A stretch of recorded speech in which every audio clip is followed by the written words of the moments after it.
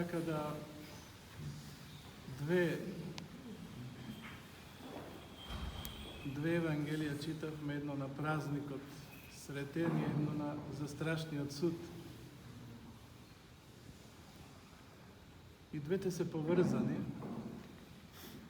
Ќе видите понатаму зашто се поврзани. Гледате на празникот Сретение, Свети Симеон го прима Христос во своите преградки.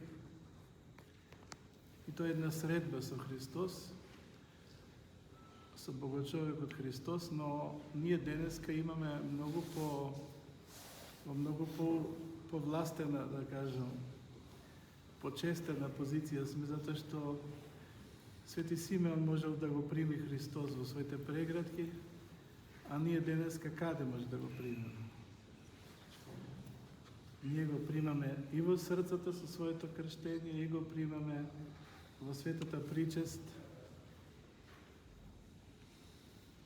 кога се причестуваме со Него. Имаме дарувана ни е многу поблиска заедница со Спасителот наш. Да го носиме секогаш во срцето и да се причестуваме со Него. Но имаме уште еден вид сретение со Него, а тоа е кога го сретнуваме во нашите ближни.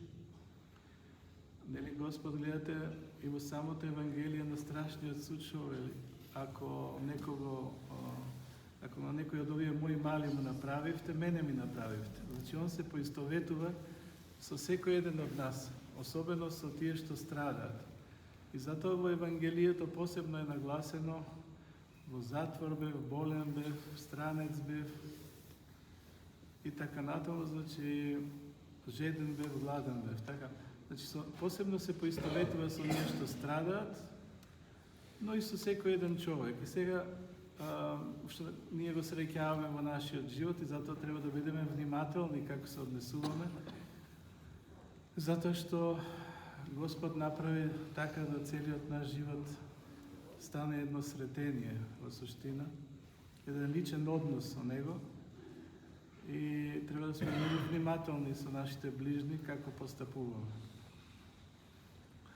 Од Господ не оделува и секоја лоша мисла за нашите ближни, камо ли лош збор или лошо дело.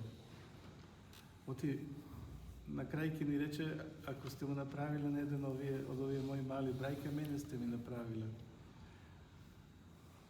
Така што гледате, не е така едноставен нашиот живот како христијани. Многу треба да внимаваме, затоа што секоја една средба може да, мислам не може да е, него секако е средба со Бог, но имаме еден проблем, а тоа е што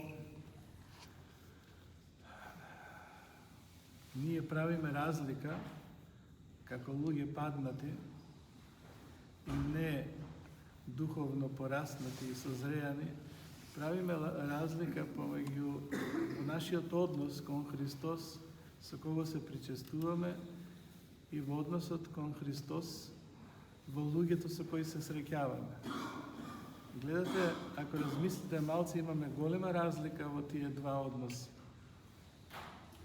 Кога ги водиме да се причестиме, многу сме побожни, а кога се среќаваме со Христос во нашиот ближен, тогаш некако таа побожност исчезнува. Зошто е тоа така? Затоа што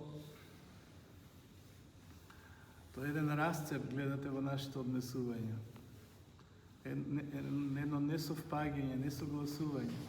А тоа е затоа што тој расцеп пред се постои внатре во нас и светите оци тоа го нарекуваат.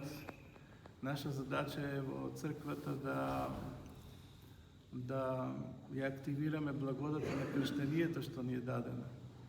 Нели, да се соединиме со Христос внатре во нашето срце, каде што е Царството Небесно, нели Царството Небесно е внатре во вас, и ако го надминеме тој расцеп меѓу нашиот ум и нашето срце, тоа ќе се надминат сите останати расцепи меѓу Христос со кој се причестуваме и с Христос во нашиот ближен, веќе ме разбирате.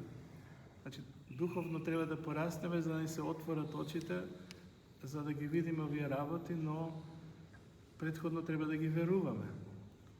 Да нема разлика меѓу Христос со кого се причестуваме и Христос во нашиот ближен. За да не ни се случи тоа што им се случува на овие на страшниот суд. Да не должам многу и тие на страшниот суд имаа шанс, имаа можност, шанса им даде Господ да се спасат, затоа што штом Господ ни се обреќе на страшниот суд, што и да ни каже, колку и лошо тоа да изгледа, ние имаме шанса бидејќи ни се обреќе. Кога ни се обреќе, Он секогаш ни дава можност да се спасиме. А што беше можноста за овие од левата страна? Место да кажат кога те видовме, место да влезат во самооправдување и да го отфрлат Словото Божие, они требаше да го прифатат.